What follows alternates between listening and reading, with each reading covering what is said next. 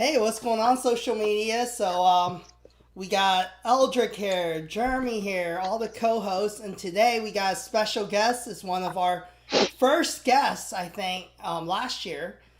We go have Nico De Bruyn. He owns Boundless Media, and he does a lot of things with marketing. And we go talk about today marketing relevance, right? How do you stay relevant in a market that is so full of noise, correct? And no better guy than Nico himself. So I'm gonna let Nico. Nico has a couple books out, correct? I Tell have us about one your. book out, one in the works, but yes, Yep. yes, we're all marketers. Got to plug that whenever they're to stay relevant, right? So Yep. keep on with the topic. Yeah. So let's talk about that a little bit. Nico, I know you went full time doing That's correct. marketing on your own. You left your full time job during a pandemic and went full time starting Boundless Media. So tell Yeah, us yeah, a little about your journey. yeah. So we'll set the record straight here because like last year, when I was on the show, I couldn't really talk about this, but now I can. Um, I would love to say that I was one of the fortunate entrepreneurs that decided one day I'm going to quit my job. It was not like that. I was actually fired from my job as a marketer and given a nice little severance. At the time, I couldn't talk about that too much because of confidentialities, but that was my journey. And yes, I gave myself 4 months, October 16th last year, gave myself 4 months and to see if we can swim or sink. And we made it. So, get the report back in a year. But yeah, my journey before that started as a college student. As many people follow me, they can look at my degree. I have a degree in nutrition, yet, as you can see, I'm not the most well in shape guy. But much like any other marketer, right, I found my path and really desire in helping companies understand who they're actually marketing to, and then what's the cheapest way to do that. So, quick pitch about Boundless. We help mostly technology and marketing companies find new customers. So, happy to talk about relevance. And as you guys know, compared to last year, digital landscape has changed, right? Yesterday was a interesting predicament with Facebook and Instagram kind of going down. So we'll talk about that probably throughout the show. But yeah, I'm here to say that listen, marketing is still as important, if not more, now than a year ago.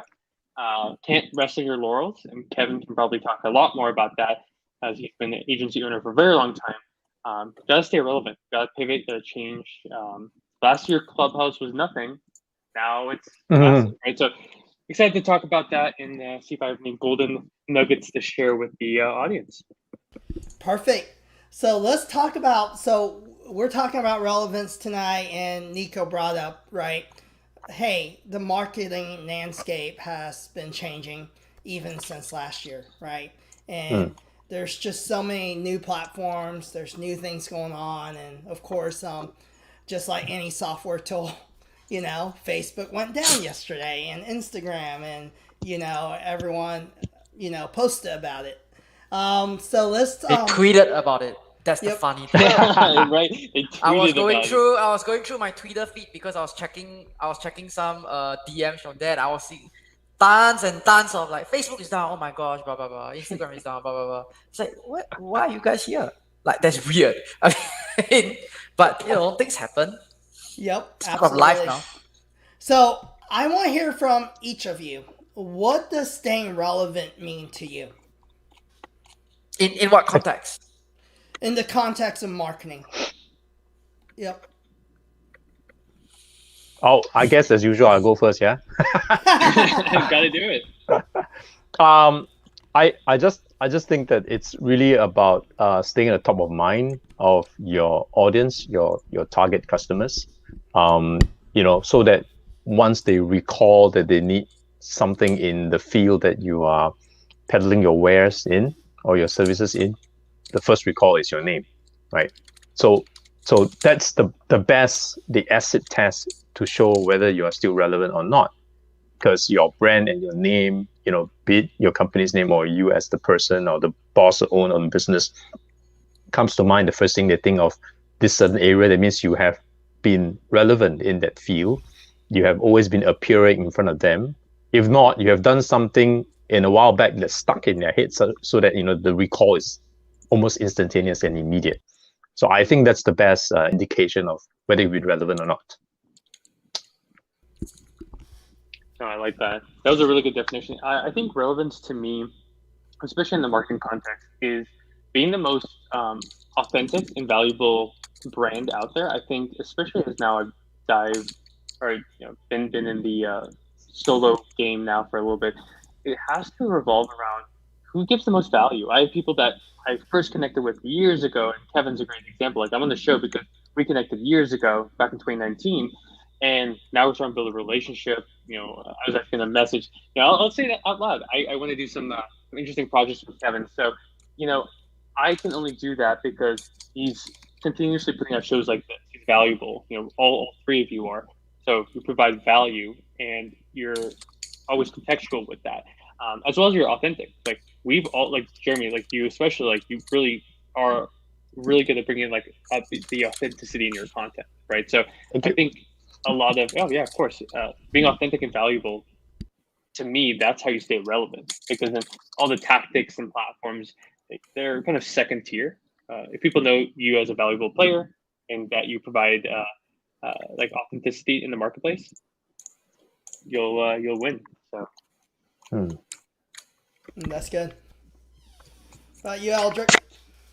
I think it's about poking the box. I think it's about always doing things that you don't know. So the way to stay relevant, in terms of core thinking, is to, in a cliche way of saying, is to always fail. But it's not about the failing. It just appears so. Because if you are always experimenting with new things, then inevitably you won't get very, very good results. You need time to get there. Especially in the realm of marketing and then digital, and then now we have the combination of the both of them. It's gonna be very difficult to say that if I do this and I do this, I'm gonna get the results that I want. So I think what's important is just try to do something new, like one thing a day, even if it's like 30 minutes or even if it's like just 15 minutes, just give it a try, because you never know which one is going to work. I'm not saying which one will work for you. I'm saying which one will work before it works for you, and then you can get ahead again. So I think for the past 2 months or so, there's been a lot of sloshing around in terms of what's working across various spaces. So social media is one. I mean, of course, it's the Facebook debacle. They call it the big tobacco moment. I don't think so. It's been that since years ago. It's just a very good talking point for the American senators to impose another fine, I guess, to support your bipartisan whatever deal that will never go through, right?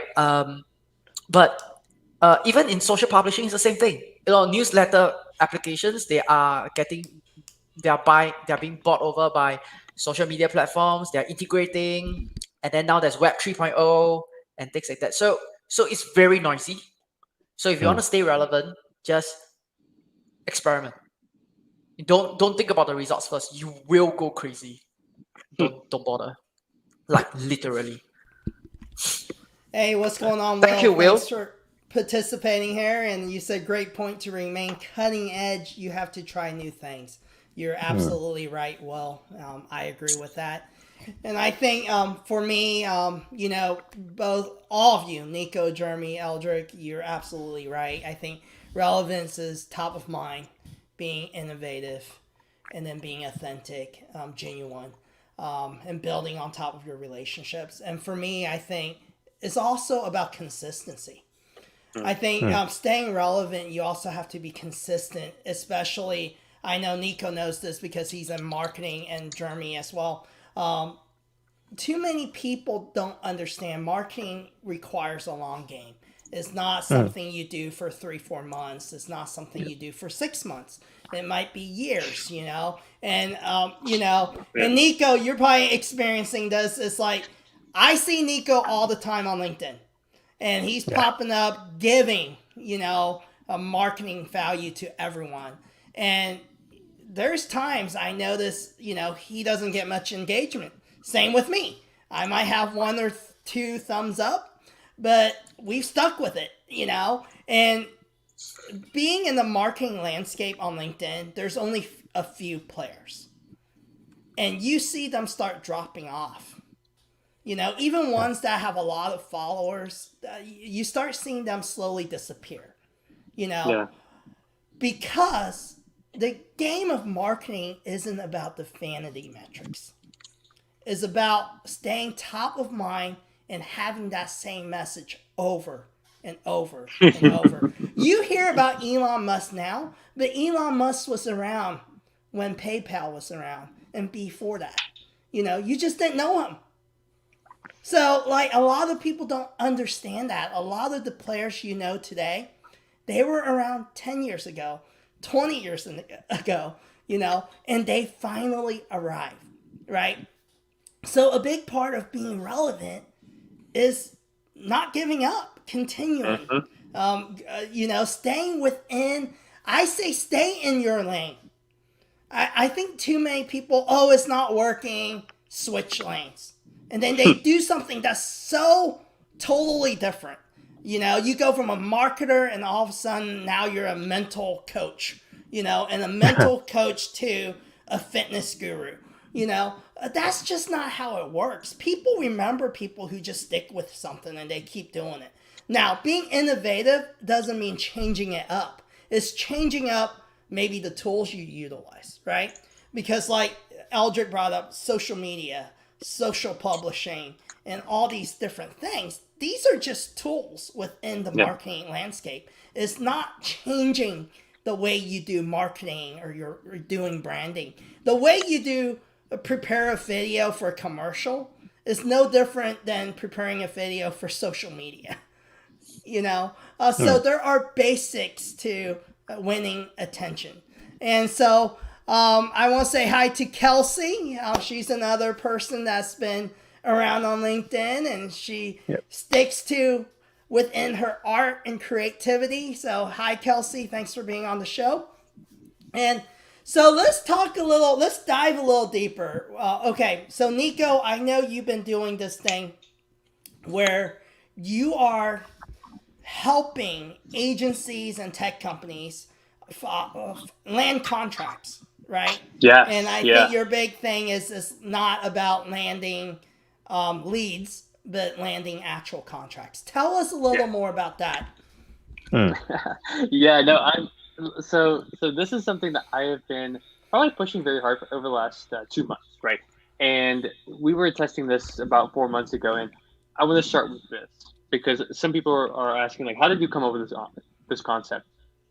And we're gonna keep it real here, right? Authentic. Staring at this wall, and I was thinking, how do I bring in more leads?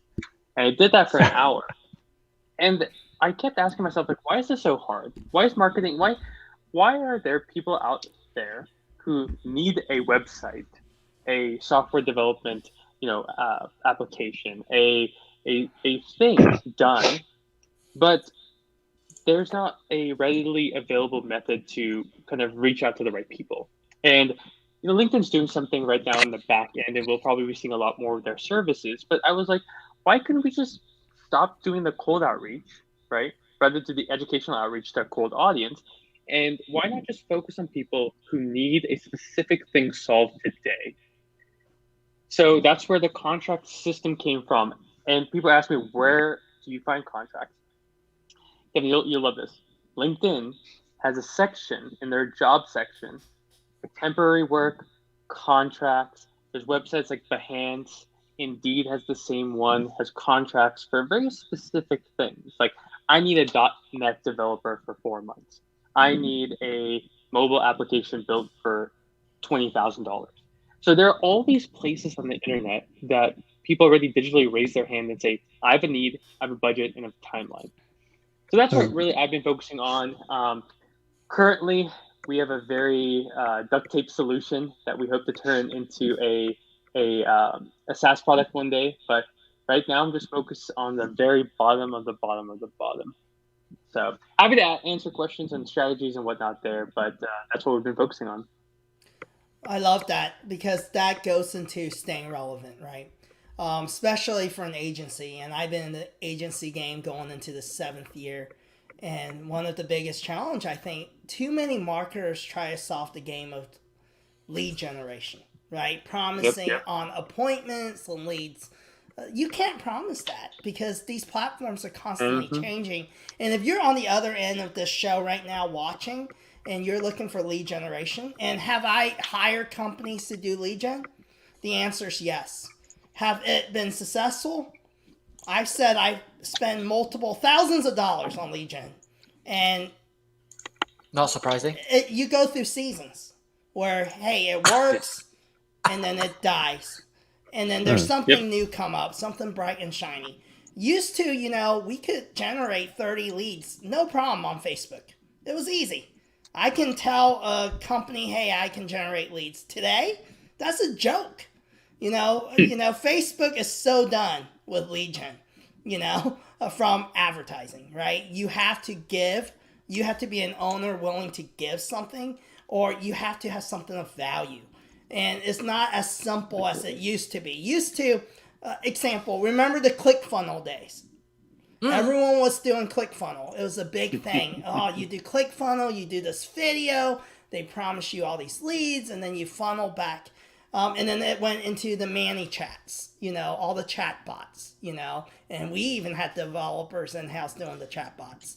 And it's like, now people are smarter. Consumers notice the chat bots, and then it went into, I remember, LinkedIn calendar bookings, right? Yep. And then it flooded the inboxes. Everyone started doing that. It was great at the beginning, and then everyone started hopping on the bandwagon. And what happened? We ruined it for everyone, right? It died, And that is the marketing journey, And the only thing that lasts from experience for me is it goes back to what Nico said. Authenticity, the relationships that I felt, and the brand that I felt. And those clients keep coming back year after year, and those clients know someone else, or the people that are on like friends, people who I'm connected to. And those are your strongest, lead gen, it's the relationships you have. So, Jeremy, I know you're in retail, right? Yep. So in the retail game, so your goal is to increase sales, right? People to walk into these stores and buy. So how does big brands like Louis Vuitton and, Nike, how do they stay relevant in the retail landscape? Just to clarify, I'm in the company which helps retailers with technology to either track their inventory or track their shopper traffic into stores, out of stores, that kind of thing, prevent losses. So that's the space that my company plays in. We are the technology company to help physical store retailers. Yeah, let me get that clear. Physical store retailers, not the online people. Actually, before I answer your question, right, I actually do have a question for Nico and you, Kevin, right? Because we talk about marketing relevance. I'm going to derail a little bit. Let's pull back one step, man. Is marketing still relevant in these times, right? Because what we see with the pandemic is, big companies. I'm not sure about Nike and Louis Vuitton. I'm sure they're still pumping in investments, into their brands. But the question is this, right? I think with the entire economy going down and all that since the pandemic, I'm sure there are a lot of companies that are cutting back on marketing, which is why the nature of my question, right? Based on your work, what you see, people you work with, is marketing still relevant and why? Yeah, I was about to say, I was like, Kevin, go for it. The answer is yes. The answer is marketing still relevant? I mean, in a world where we live today, where listen, we're streaming in the U.S., Asia, we're doing this, right? This is why I love globalization, because it's giving anyone in the world the ability to make a difference, right? Mm. And I'm a huge fan of that. I'm a huge fan. Many of you maybe don't remember from the first episode or don't know.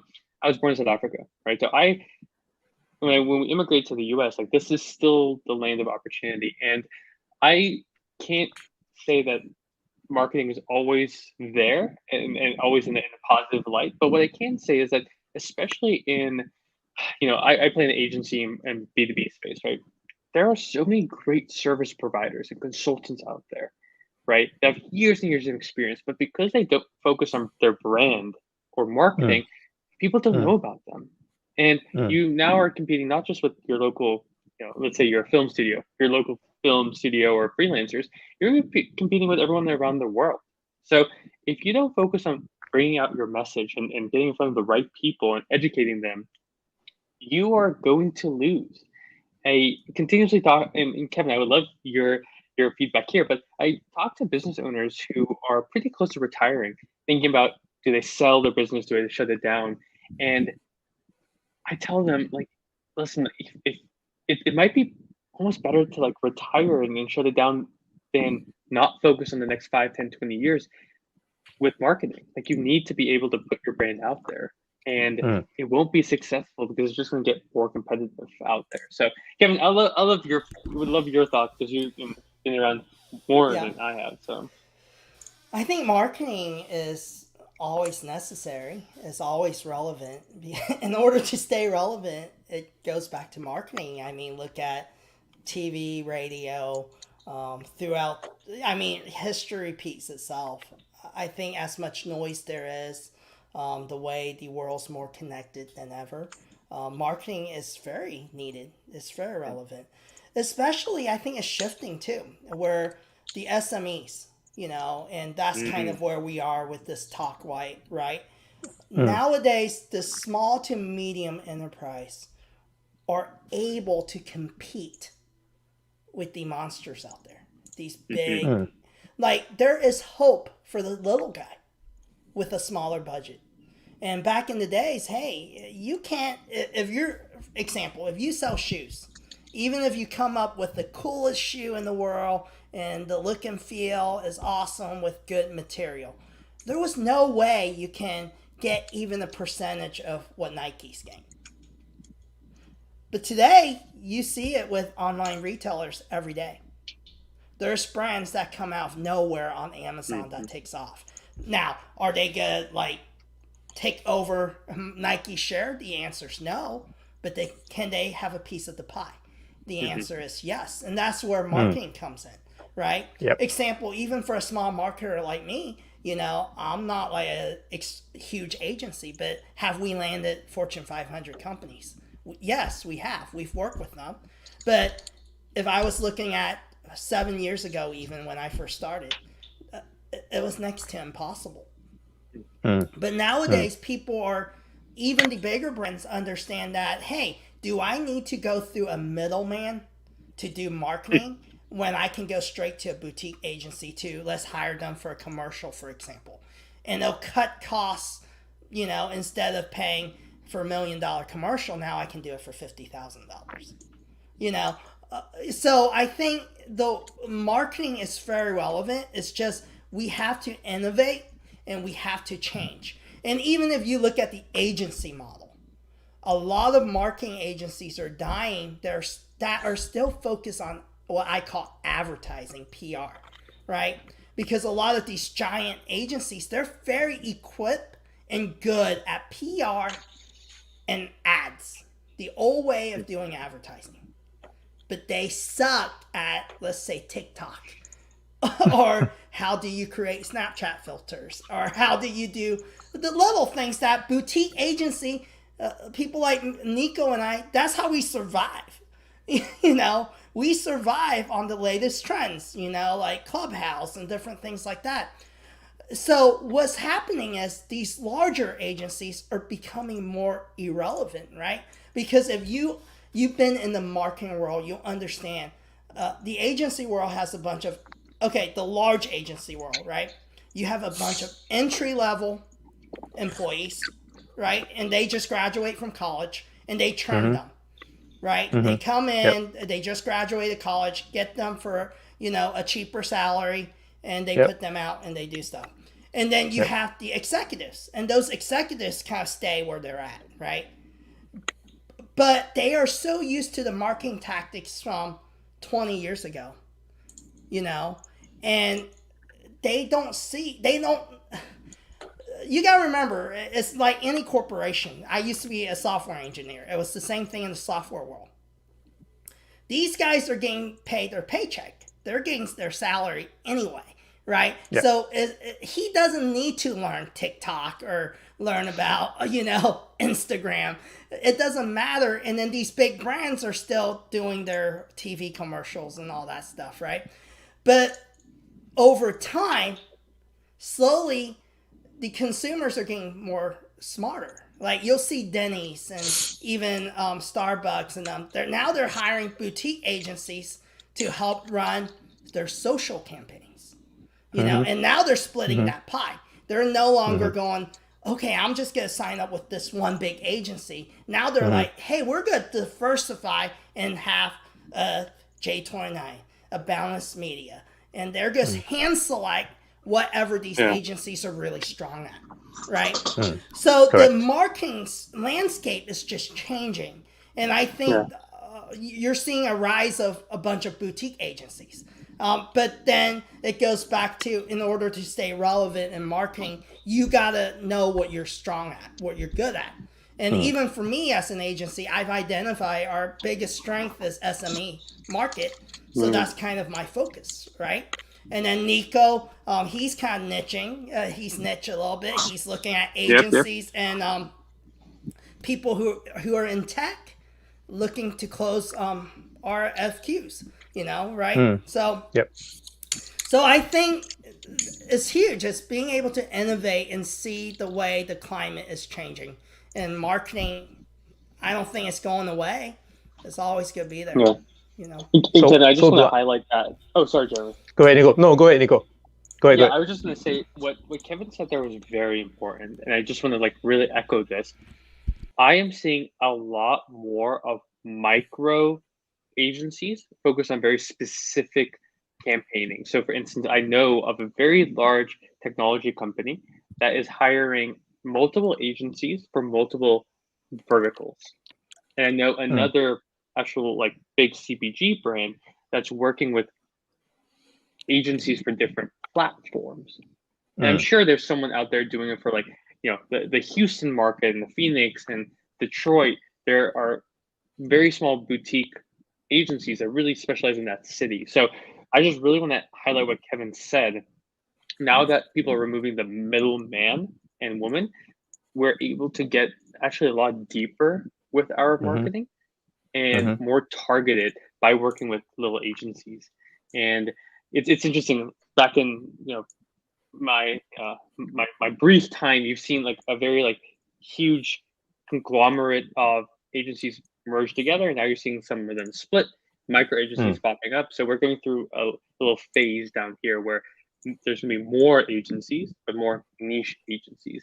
And then we'll get bought up, and then there's just that ebbs and flows and ebbs and flows. So I just want to really highlight what Kevin said there, because it's I'm seeing it as well. It's really, really great points, Nico and Kevin. So to answer back your question, right, what are big companies doing and being relevant? Since we brought up Nike, and I'll try to round out some of the points that you guys mentioned. Let's put it this way: who determines relevance? It's not you. It's your customers, right? You don't determine I'm relevant, therefore you are. No, it's the customer who decides whether you're relevant or not. And in marketing, we always have this concept called segmentation, right? Which means you have to be relevant by putting out relevant messages to people, different groups of people, different demographics. And demographics also include where they are situated, right? Different locations. You need to be relevant to them with the relevant messages. So Nico, you brought up something which was very clear, was what happened with big brands like Nike specifically. They took out the middleman, more so the past few months than ever, right? Because Nike used to have a part of the business whereby they have franchises. A lot of that is disappearing. Nike is going direct to customer, D2C. Why is that? Why is that? Yeah. One of the reasons which you guys brought is that, a lot of these tools are now much more available. So in a way, it gives the little guys the way to level the playing field to play around with. But specific to Nike, I think they have realized that by going direct, they can be more unified in their narratives, in their messages, in their relevance to different groups of people. Yeah. Why is that important? Because different things matter to different people. So you could have Nike maybe this month churning out a message on sustainability, how they are recycling the materials to target a specific group of people. Maybe it's the younger generation who care more about the environment. So that's one message for a specific segment, a specific target group of audience. And then they could be pushing out something, an ad, right, about empowering women, or an ad about performance sports because it was the Olympics. Yeah, that could be a different message, a different relevance to a different target group, maybe specifically women, maybe specifically people who aspire to be sports people or healthy lifestyle, right? So how do brands like that stay relevant? I think the answer to that really is to look at all the different demographics or the different segment markets you're trying to target, or different verticals, right? You brought up verticals, and craft these specific relevant messages and narratives to this group of people. Yeah, I think that's how the big brands do it.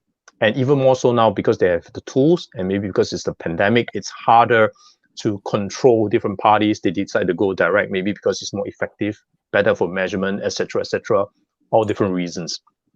But the reason why I asked you guys if marketing is still relevant is because we've seen in the past, there are reports out there, right? This whole argument about during a crisis when the economy is down, should you invest more or reduce your marketing budget? And I think history has shown, conventional wisdom has shown that if you continue to invest during times of crisis like this, put your brand in front out there when everybody else is cutting back on being relevant in the marketplace, then you get a bigger share of mind, which brings back to my point when I opened, right? If you're out there when times are bad, when all your competitors are not out there blasting their messages, you stay at top of mind awareness. Because once we come out of this crisis, and we will, guess what? Who will the audience be remembering? Your brand, not those who cut back, because you were still popping out in their face when times were bad, with messages of empathy, with messages of stay safe, whatever it is. Yeah. And one last thing I want to talk about, how to be relevant. Yeah.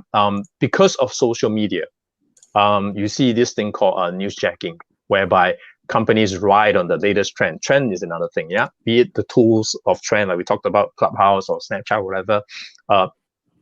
You see companies riding on news, on trends, and do newsjacking. Like something could have happened, and then everyone writes on it, everyone talks about it, right? The latest being, of course, Squid Game, the Netflix show. I try to write on that as well with my recent posts. So that's one other way that people Jeremy, I was stay gonna relevant. start on the series tonight after the show. Oh, good. Tell me what you think about it. Yeah. I need to stay relevant. Everyone's talking about it. So Yeah, that's another thing. Yeah, you need to stay relevant because everyone's talking about it. If you don't know what the heck's going on, you don't know what this thing Squid Game is about, then you are not being relevant. It's the same way how brands are trying to ride on trends, because and Newsjack put something out there that is a different take on what's happening, something that happened, something that somebody said, or like Facebook going down, Newsjack, and Twitter did newsjacking, whatever, we increase our number of subscribers overnight, that kind of thing. Ride on these trends and you'll be relevant, because that's what everybody's talking about, and people want to check out, what happened, and they see something else along this line. So those are, I think, some of the ways that we should stay relevant, and definitely marketing is still definitely relevant, and that's why I still have my job.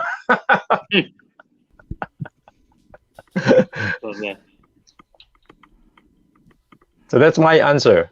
Was that what you were looking for, Kevin? No, it's good. It's really good. I think it's definitely riding on trends is important. And with big companies, they're realizing it too. How they can dive in deeper, right? Direct to consumers, just like Nike. And that's kind of where I think the game's really changed, right? So since for this episode we're talking about the SME market, so let's start with, you brought up something, Jeremy, is identifying these target audience. So how do you identify a target audience? Because a lot of time when you're talking in the SME space, right, a lot of small to medium sized businesses, they don't even know.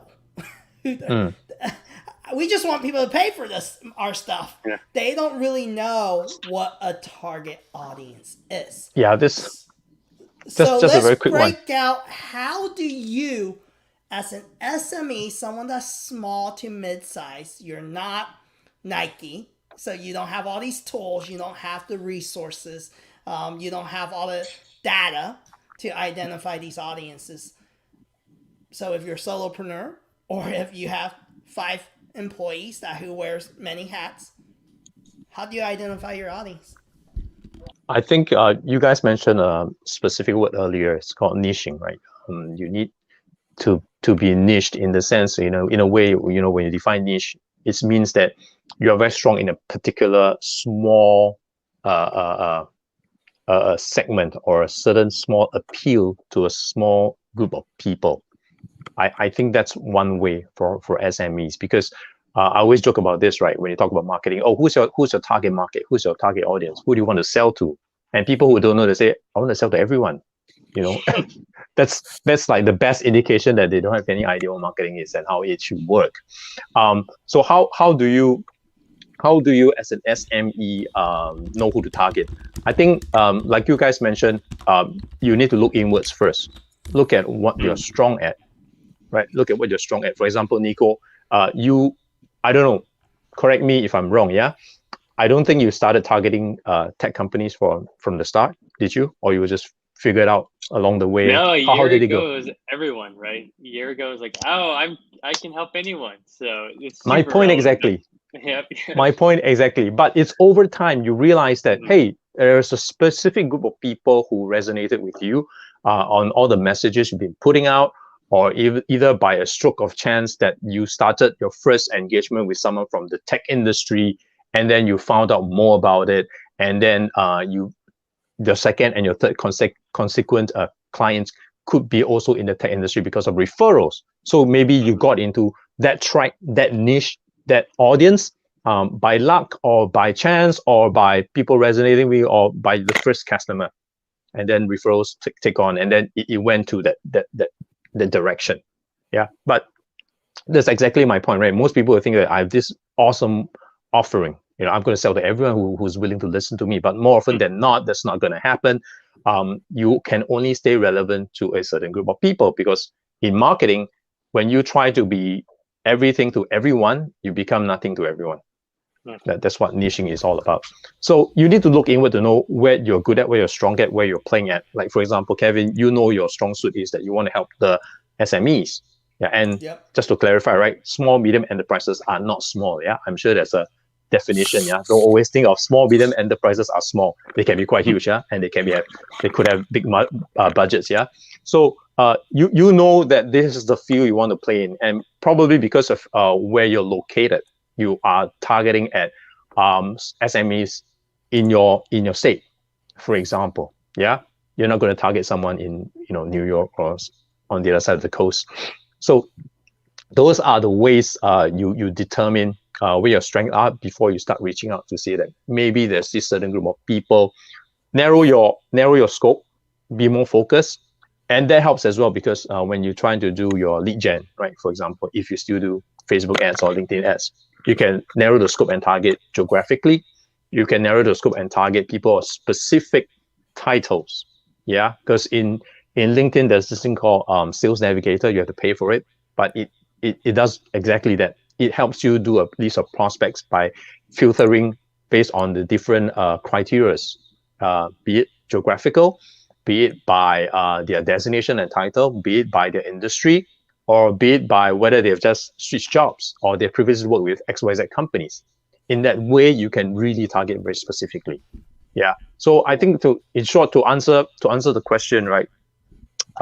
Really, you need to firstly know your strengths, and then really sit down and think, who would buy this thing? Who would use this service? And work from there. Try to, in marketing with this exercise, right? Try to note down and list down all how your ideal customer look like in terms of demographic, in terms of what he or she likes. Be in the shoe of the customer and think who will buy from you, and then from there you will have a better idea who to target and who to be relevant to, rather than selling to everyone. Yeah. Does that make sense?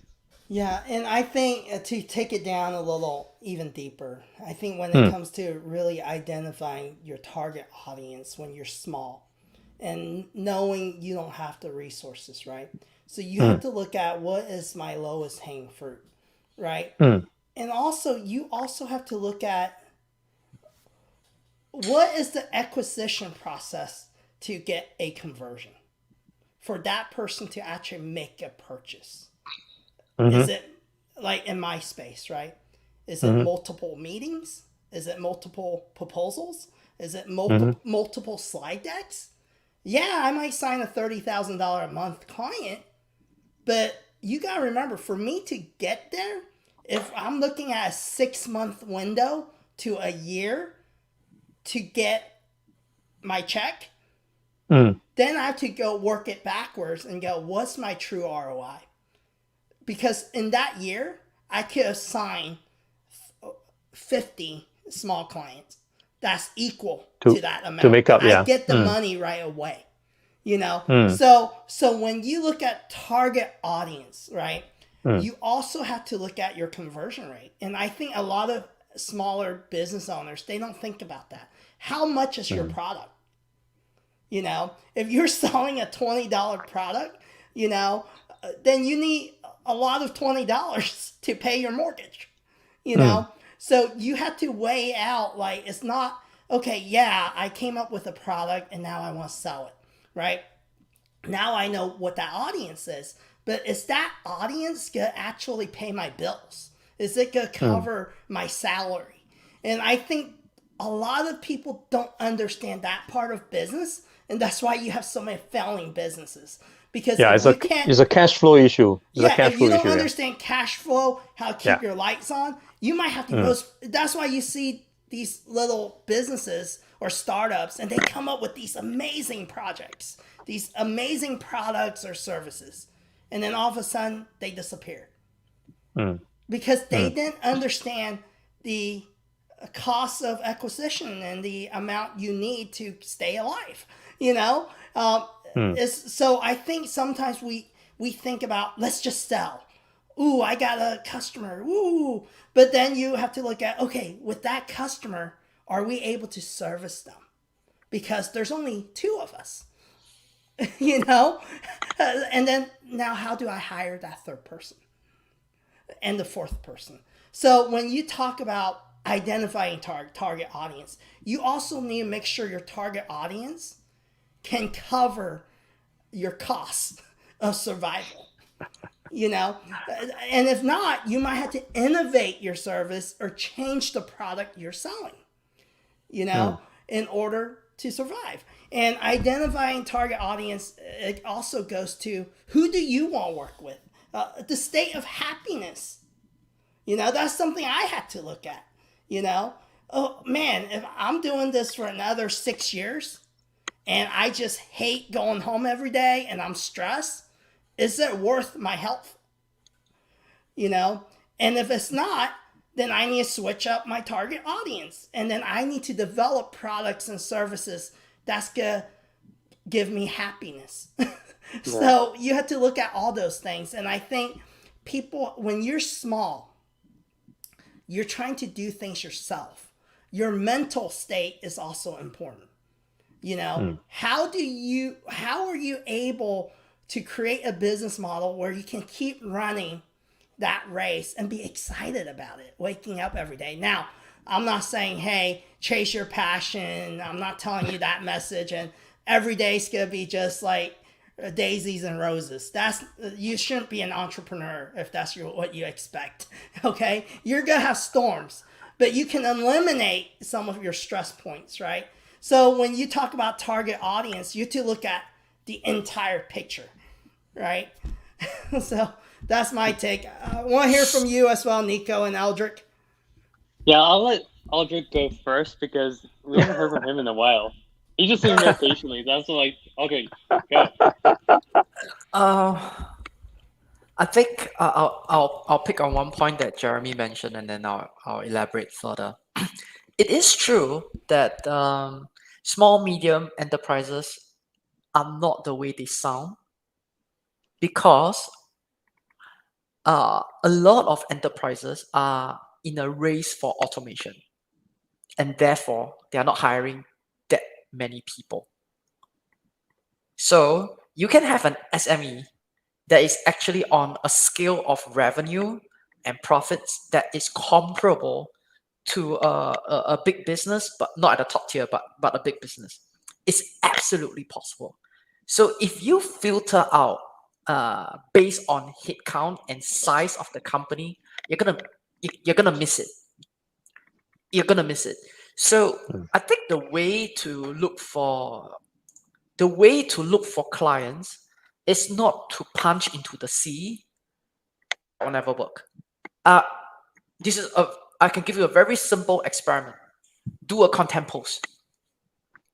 It punched to the sea anyway. It's sent to everyone. Look at your so-called vanity metrics. Who likes it? Who comments on it? And who is going to give you a deal? Chances are it's 0. Today 0, tomorrow 0, the next day 0, this month 0, next month 0, right? So you have just be clear when you're doing something, and which is what I write about quite often in terms of marketing. I say that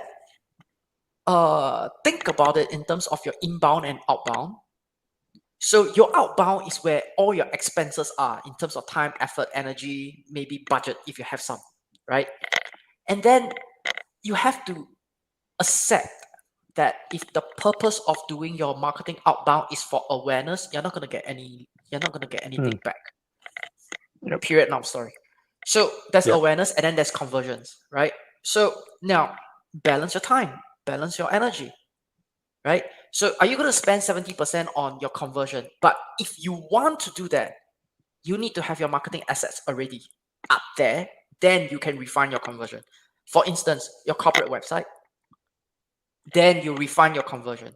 If you have nothing, you convert nothing. It's a multiplier, right?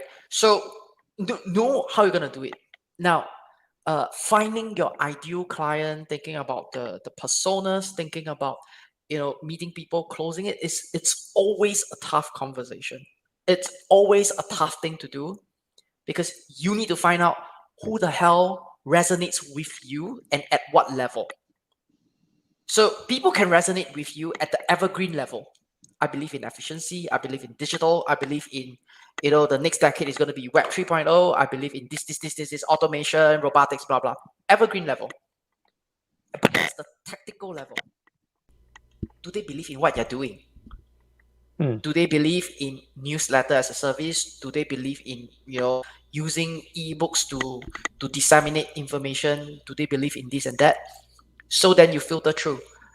I think that the best way to do that is to get off your ass, get out of the house, and have conversations with people and not on social media. Because you will never know that the counterparty you're talking to is a real human or a bot. I think these days bots are getting very sophisticated, and I echo what Jake said last week. The LinkedIn DM is dead to me. If you're trying to contact me via that, by default, I will think that you're a bot. So you got to run ahead of things. But I still think that the best way is to meet people. That's really the best thing to do. Then you will know. You build a repository of people in your head. So the next time when you meet someone again, you can very quickly index, hey, he resembles this lady that I spoke to, who's always very enthusiastic, but always doze off when I bring the contract out. I don't want to waste my time. Let's move on, right? So you build your muscle memory on that. I think that matters more. And then if you are still betting big on social media content, use that more for awareness. Use that more on your passive level. But if you are really talking about closing the last mile from marketing to sales funnel, get off your ass. You gotta get out. You gotta get out. People are sick of all the bots and the DMs. I'm telling you. Like they're sick about it. In fact, I don't know how many people actually rejoice when Facebook is down. I'm like, oh, yeah. So that's my that's how I think about it. Go ahead, Nico. Eldrick It's- sound like he's been in an abusive He's been hurt. relationship. Yeah, he's been hurt. Who hurt you? It's the bot. If No, this was a day, if this was a live show about relationships, it sounds like Eldrick's been in a bad relationship. Yeah, Oh, it's good. part of life. He dated fembots. if you know the reference, fembots. That's funny.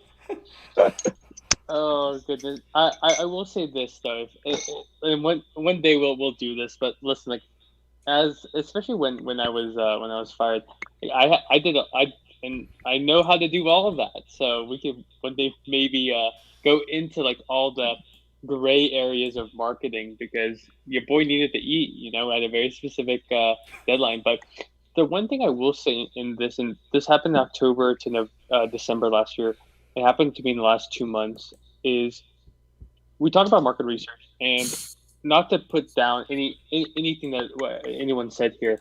I agree 99%, but there's one part that we didn't talk about, which I think is almost the most important thing, is once you have these theories on who your SME is, who's the right buyer, all that, go and do market research. And I'm going to tell you guys something that I did, and anyone can do for super cheap.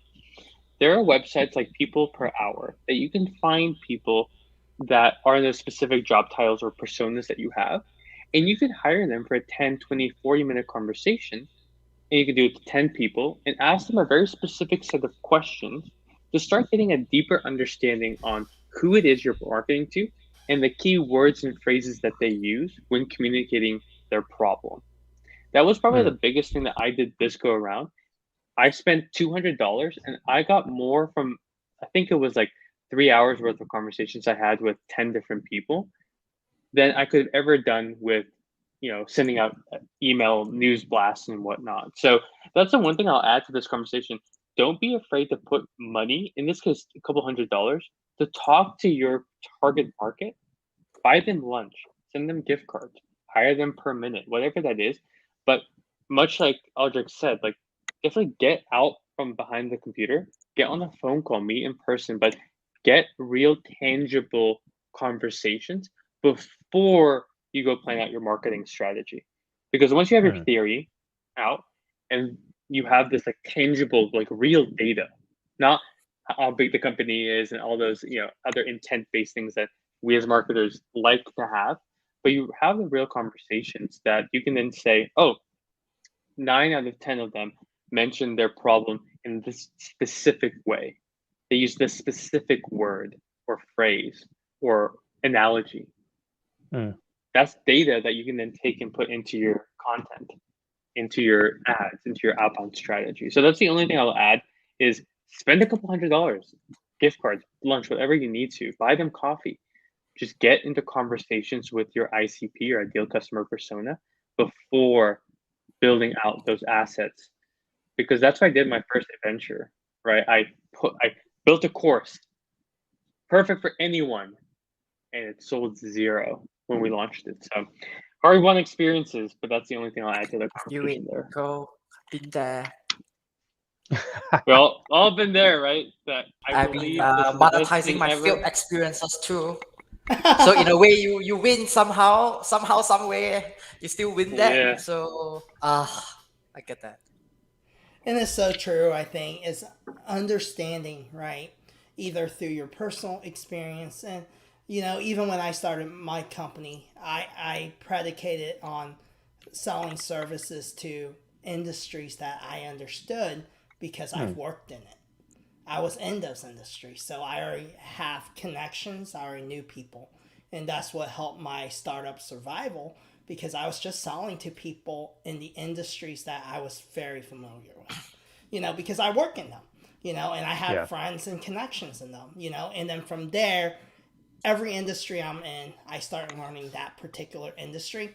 And I always tell people it's funny because at J29, my agency, we go through these journeys. There was a time we were working with a lot of investment people, right? Real estate investment, because what happened is we had one client and we understood it really well. And we got to the point we understood the market maybe even better than the clients themselves, to buy and flip houses. And then it was easy. And then we started signing more buy and sell investors because we know the process. And then same thing, we got into like the dental industry. And it was very similar because every dentist thinks they're different. But at the end of the day, they're the same. You're solving one problem, okay? And it's teeth, or aesthetics of your teeth. It's not complicated, right? So I think Nico hit it dead on the head. You have to understand whoever you're selling to. You have to understand the way they talk. The lingo. Their lingo, their problems, their challenges. Because when it comes to marketing, it's really identifying those challenges and being able to amplify that attention and meet them where they need a problem solved. Either with your product or your services. It's really that simple, right? And I think you have all these courses and these ways of amplifying your content. And I think Eldrick's right as well. A lot of it is BS. It's for some industries, it doesn't make sense to be everywhere. There's industries today, I do believe you don't need to be on Facebook or Instagram or TikTok. It's not for everyone, right? And all these marketers tell you the opposite. You got to be everywhere. So let's dive into that for a moment. Okay. When you're on a lower budget, you're a smaller. I understand Jeremy said there are SMEs that they don't have financial challenges, right? But let's go into more the small business owners who are either a startup or been around for years, but they just haven't got to that level where they're comfortable with their budget, right? What's the best way to be relevant? Where should they start if they want to get into marketing? Okay, I'm gonna say this because no one ever wants to talk numbers. I'm gonna put this number out there. It's gonna make some people mad. It might make people here mad, but this is probably what people always understand. Marketing will always cost 10 to 20%. Okay. Now, notice I didn't say money. When you're starting out, you don't have the money. So, if marketing costs 10 to 20%, that means 10 to 20% of your time. Right. So, whatever that is, like 10 to 20% of your resources, whether it's money, time, staff, whatever that is, will be allocated in some form or fashion towards marketing. Hyper growth, we all know those hyper growth companies. Sometimes it goes upwards of 50% of your costs come from marketing. So I'm going to put that out there as just a caveat is whether you're just starting out, been around for a while, the numbers don't lie. And, Jeremy, I think, especially coming from the retail world, you can probably tell us a little bit more specifically on like a product should cost around that for a CPA. But that's really what I think. If you can make sure that whatever you're investing in, whether it's time, money, or resources, it's going to be some form of fashion 10 to 20%. So I'll turn it back over. We'll hear everyone's feedback and then what they should be doing. I just want to put that out there that nothing happens for free. That's so good. Very true. It's either money or time. And despite the fact that I'm in a corporation, right? We do marketing budget planning. In fact, for me, it's the start of the fiscal year, and every year I go into this planning mode, and I always try to benchmark the marketing funding allocated as a percentage to the revenue we're supposed to generate. And I guess the textbook states are much lower than what you mentioned, 10%. I think textbook states is at least 1 or 2%. Yeah. But what I can tell you is what I actually am getting is way much lesser than that, which means to say I'm also marketing on a dime, despite being in big company kind of setup. So I do understand, despite I'm not in an SME, how about having a limited budget and to as a proportion to what you need to achieve. So, and with the pandemic, there were not many options. Everyone's going digital, which is good and bad. The good part is that it is cheap because almost everything is free. We started to do a lot more webinars. That's free in terms of cost because infrastructure is set up, everything, online, every stuff is kind of free. But what it takes a toll on is your time. Because if you're gonna do 10 webinars in a year, what 10 content are you gonna have? Or is it going to be the same content, but 10 different sessions based on 10 different languages, 10 different locations? It takes time to develop the content.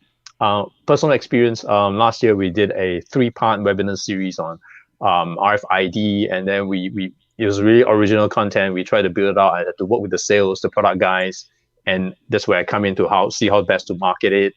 I thought I was rather proud of myself because for once we didn't depend on other regions for the content and just localize it. We came up with something original, but it took a lot of time.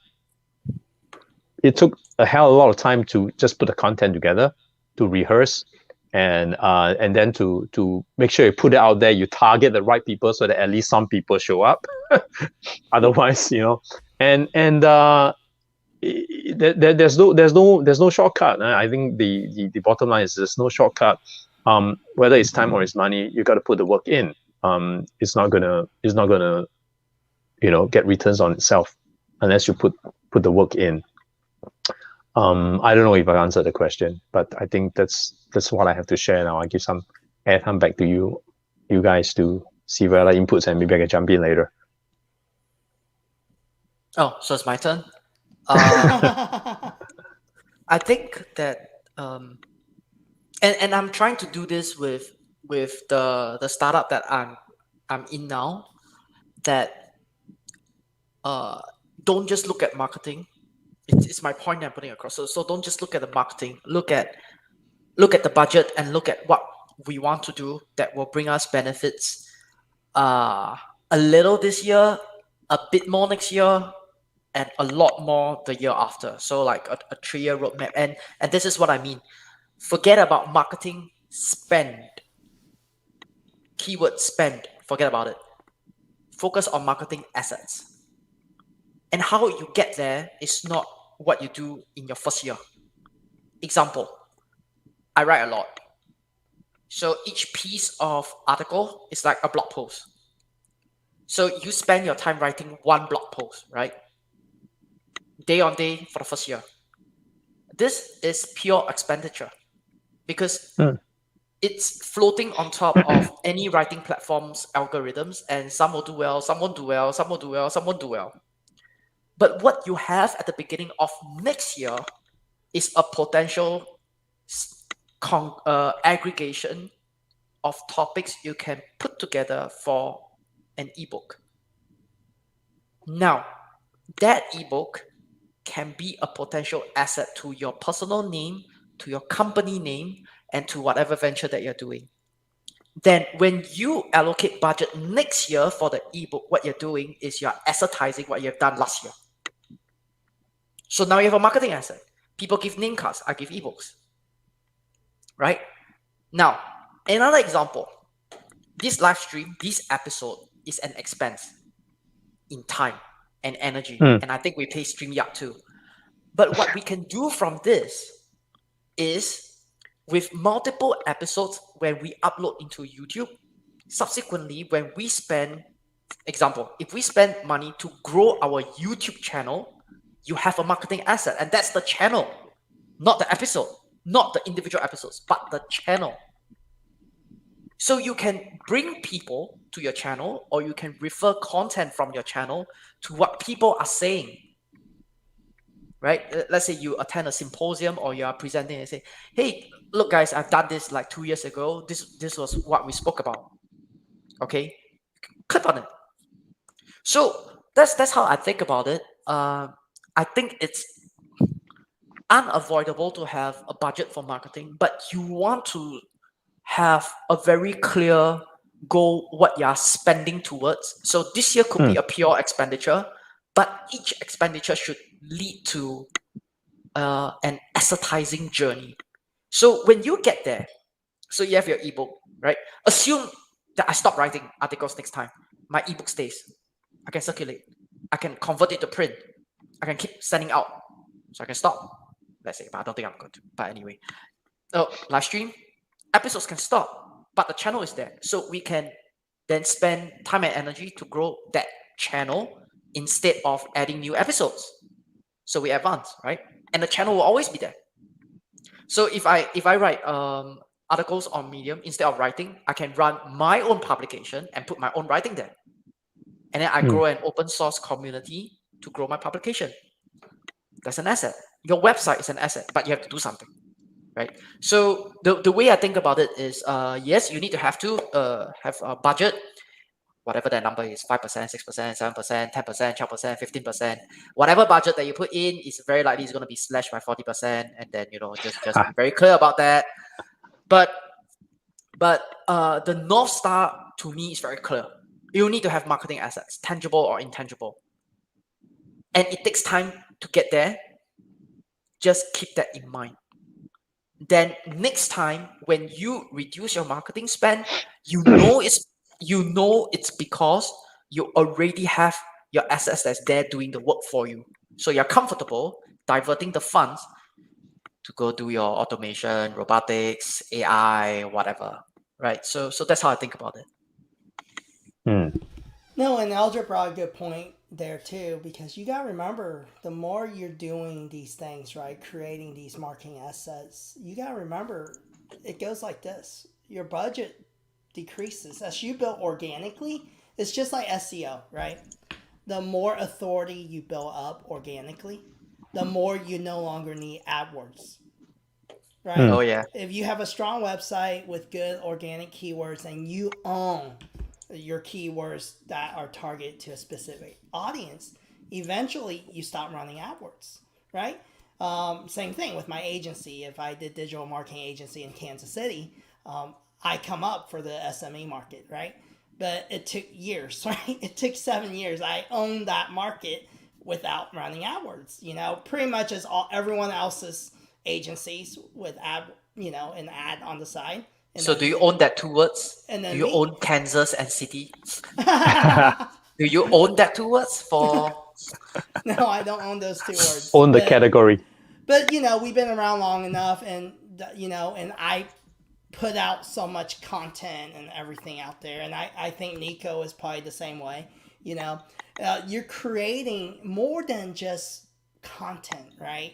It's also lifting your brand up, right? Awareness. And when you're small, you don't think about those things, right? You need that immediate result. And I think, especially working with a lot of smaller business owners, they want that immediate satisfaction, of getting a lead and converting. But the truth is, you got to remember, Nico's right in a way, you got to spend money to make money. So it's either 20% of your time or 20% of some kind of budget coming from somewhere, right? But over time, if you build up these assets that Eldrick's talking about, your budget can decrease because now people know who you are. People are aware of your brand, and it gets easier, right? Technically, if Nike stopped marketing for a little while, you're still gonna buy Nike shoes.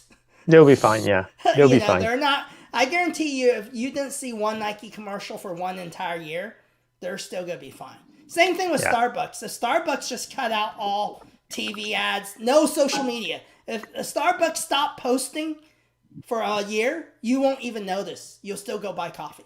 I promise you. And that ties in with what Nico mentioned earlier, which is on the cost of customer acquisition, right?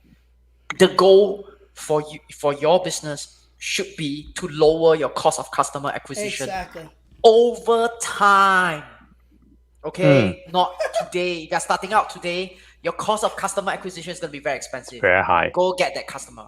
Go get the next one. But over time, it should decrease. If over time your cost of customer acquisition increases, You're doing something no one wrong. can solve that problem for you, my friends. I'm telling you, I've seen this over Close and the over and doors. over. Yeah, I'm like, you know what? I think,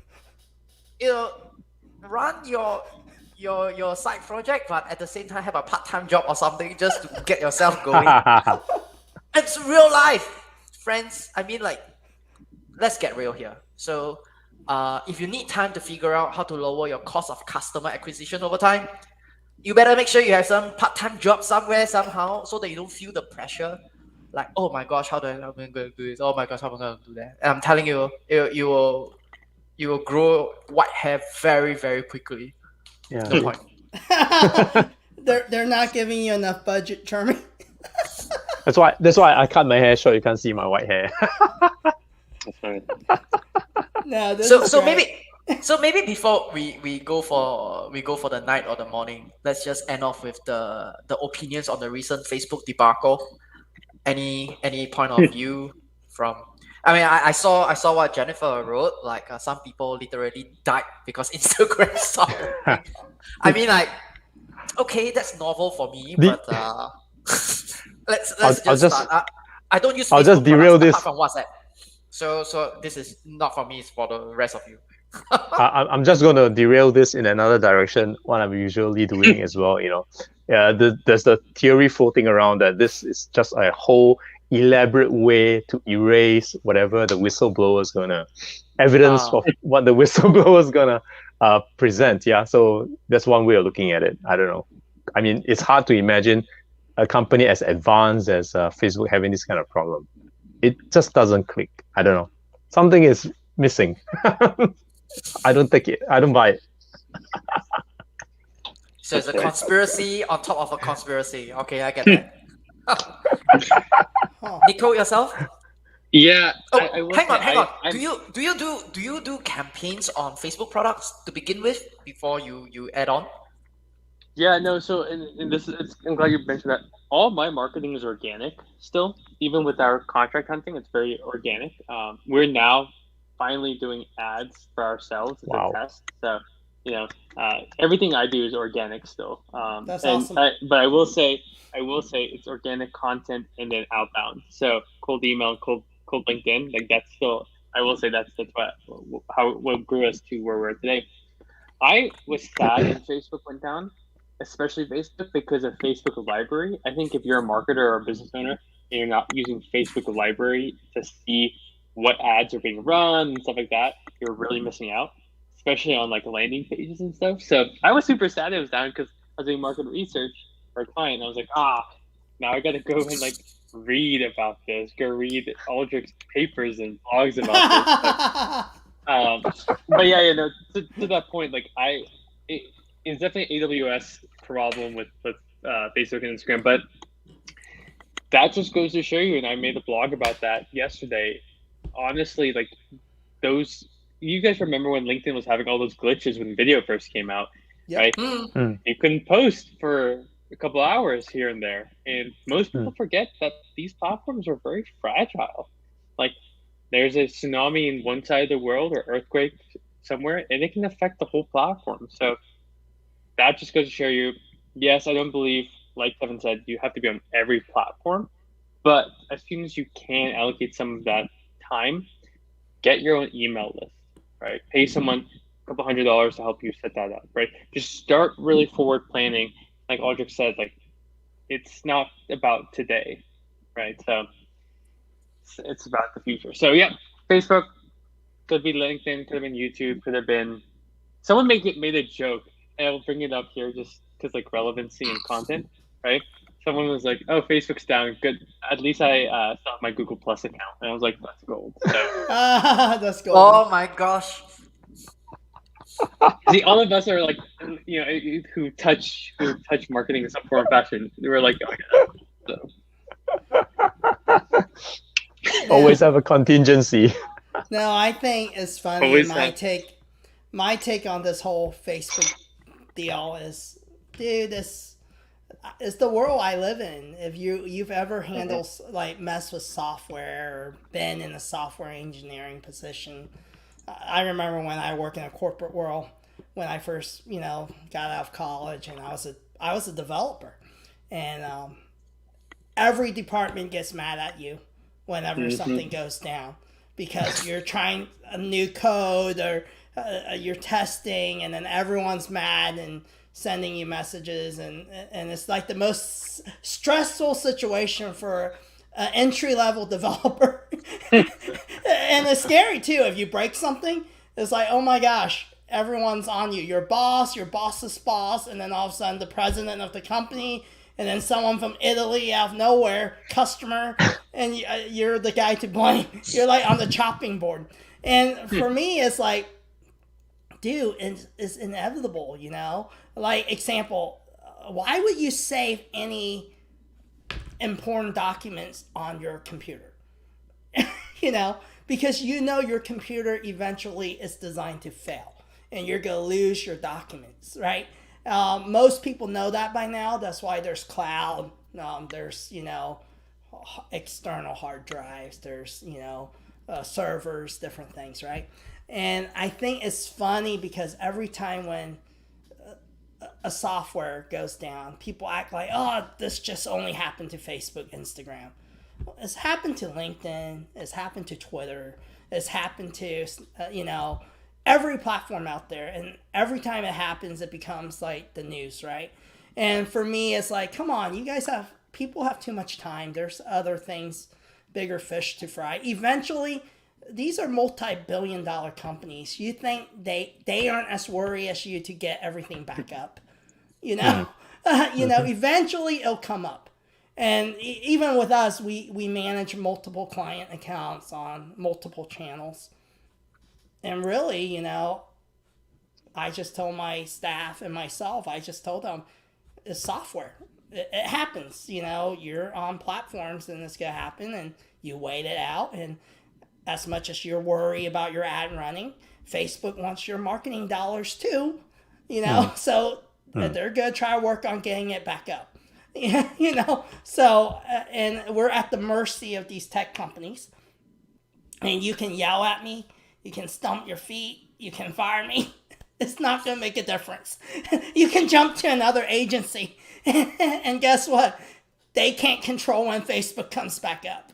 So, so I think it's funny because it gives me, like, for me, it's like, hey, it's one less thing we have to do for the day. We don't have to worry about Facebook, and there's other channels out there. There's other things to do.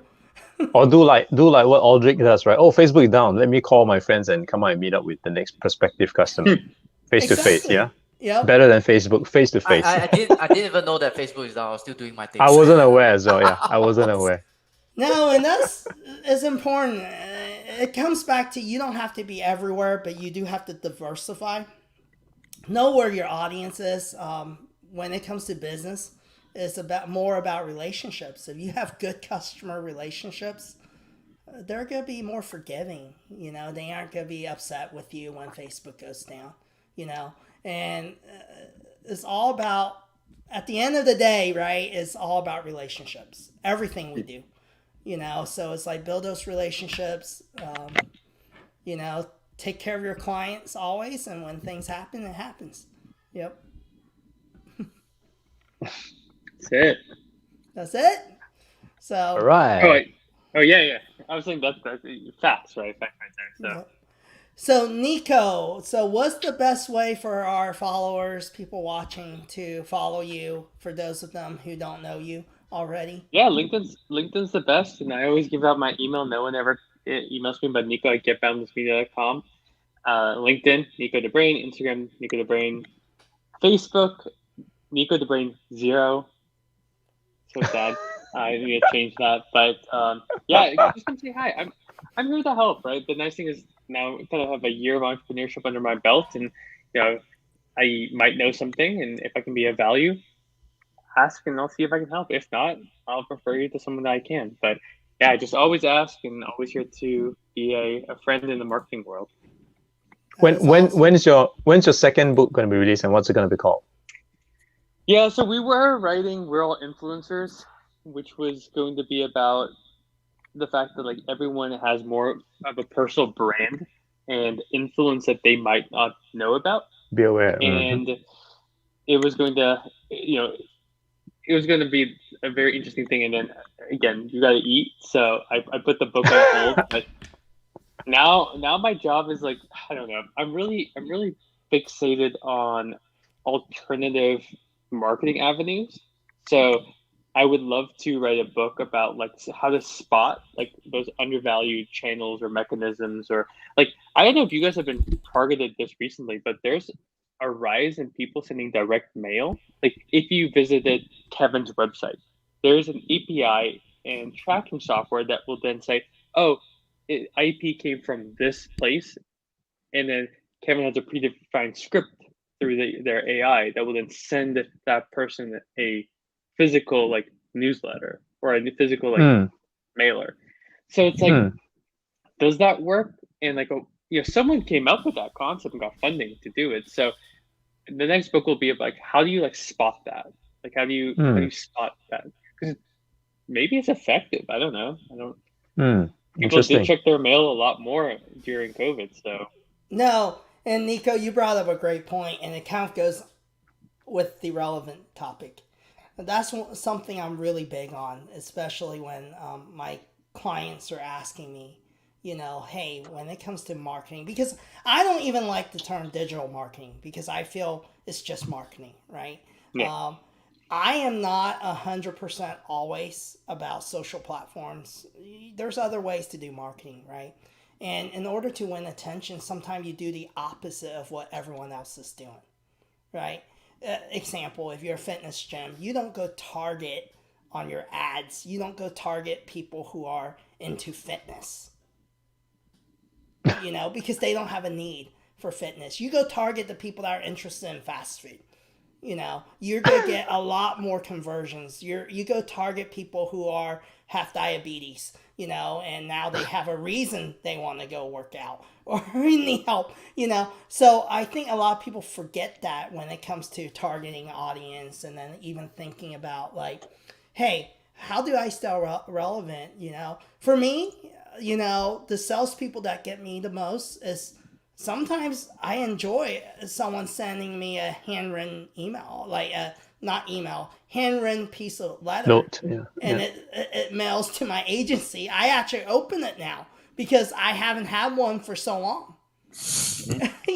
Or someone that cold calls me, I will like purposefully pick it up and go, hey, good job, buddy. I know how hard it is because I've done it in the past. Thanks for cold calling me. I haven't, had someone cold call me for so many years now. It's like, kudos, So I think it's like, stop doing what everyone else is doing. If you do what everyone else is doing, you just get drowned in the sea of what everyone else is doing. Like Nico say, spot out something that's innovative, that's new. And it's always better to be the first person doing something than be the 50th or the 100th person. It doesn't work as well. So be the first. So, and next week we go talk about episode 78, and we go continue this SME real talk, and we go have our special guest talk about live streaming, DJ Durant. And she's going to share kind of like, her journey with live streaming. And we go talk about, hey, how can you utilize live streaming in order to market your brand, right? Or even convert, people on your show into customers. So, and I appreciate everyone tonight. Thanks for joining us. I know we went an hour and a half almost tonight. So it was a great conversation. And Nico, if anyone's in the tech world or agency world, reach out to Nico, man, if you want to help yourself generate, some relevant contracts, not leads, but contracts. So I might be DMing Nico after the show. So we gotta talk. I got a lot of dev stuff like we talked about. But hey, guys, it's always a pleasure. Thank you, guys. All right. Thanks, guys. Thank you, Nico. Thank you. Bye. Bye, guys. Bye, guys.